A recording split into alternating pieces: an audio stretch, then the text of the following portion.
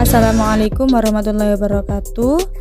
Perkenalkan, nama saya Iva Mazidatus Salsabila dari Prodi Pendidikan Ekonomi. Saya di sini akan menjelaskan tentang materi motivasi. Pengertian motivasi. Motivasi adalah serangkaian sikap dan nilai-nilai yang mempengaruhi individu untuk mencapai hal yang spesifik sesuai dengan tujuan individu tersebut. Sikap dan nilai tersebut merupakan suatu invisible yang memberikan kekuatan untuk mendorong individu dalam mencapai tujuan. Dengan kata lain, motivasi juga sebagai mekanisme psikologis yang mendorong seseorang untuk mencapai prestasi tertentu sesuai dengan apa yang dikehendakinya. Dalam fase seseorang memiliki motivasi, di mana usaha dan kemauan seseorang diarahkan kepada pencapaian hasil-hasil tertentu. Selanjutnya yaitu teori-teori motivasi. Yang pertama, teori motivasi dari Herzberg, yaitu teori dua faktor. Dalam teori ini, Herzberg menyebutkan bahwa ada dua faktor yang dapat dimanfaatkan untuk menjaga kestabilan dari motivasi seseorang dalam sebuah regu. Dua faktor tersebut yaitu yang pertama motivator faktor. Motivasi seseorang yang sangat bergantung pada bagaimana motivatornya memberikan sebuah motivasi pada orang itu. Yang kedua, hygiene faktor, yaitu memotivasi seseorang untuk keluar dari ketidakpuasan.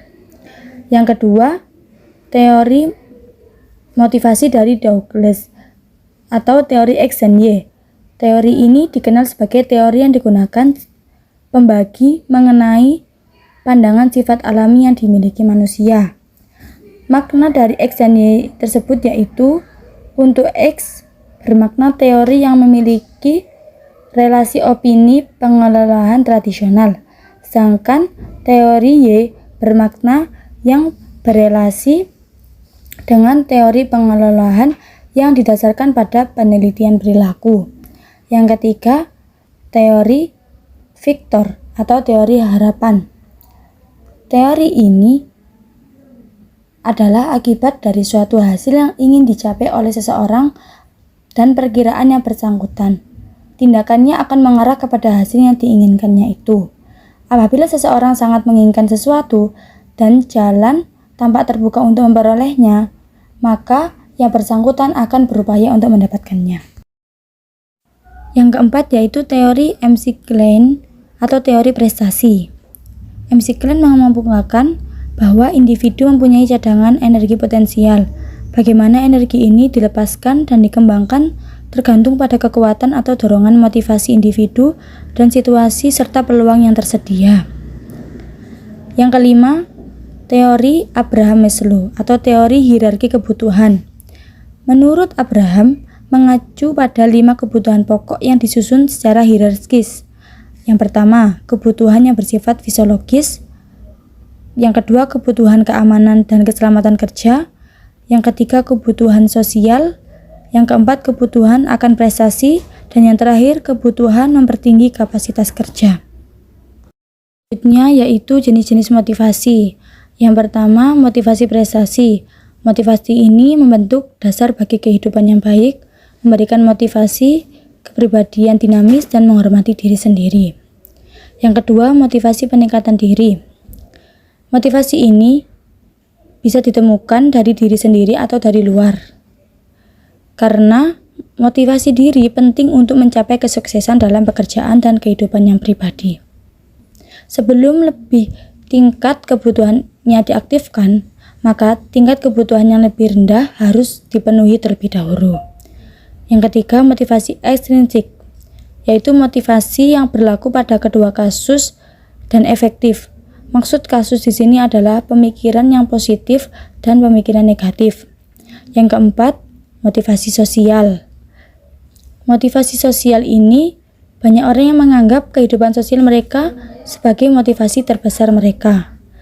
Contohnya teman-teman mereka sebagai motivator terbaik bagi mereka. Bagi siswa cenderung dipengaruhi motivasi sosial untuk melakukan tugas-tugas seperti menyenangkan orang-orang yang mereka kagumi atau hormati. Dan yang terakhir, motivasi sikap. Motivasi sikap ini cenderung mengarah pada pikiran yang positif, membantu untuk membangun hubungan yang kuat dan tetap termotivasi. Selanjutnya, fungsi motivasi. Yang pertama, memiliki skala prioritas. Setiap manusia pasti memiliki rancangan kegiatan serta keinginan sehari-hari mengenai apa yang harus dilakukan.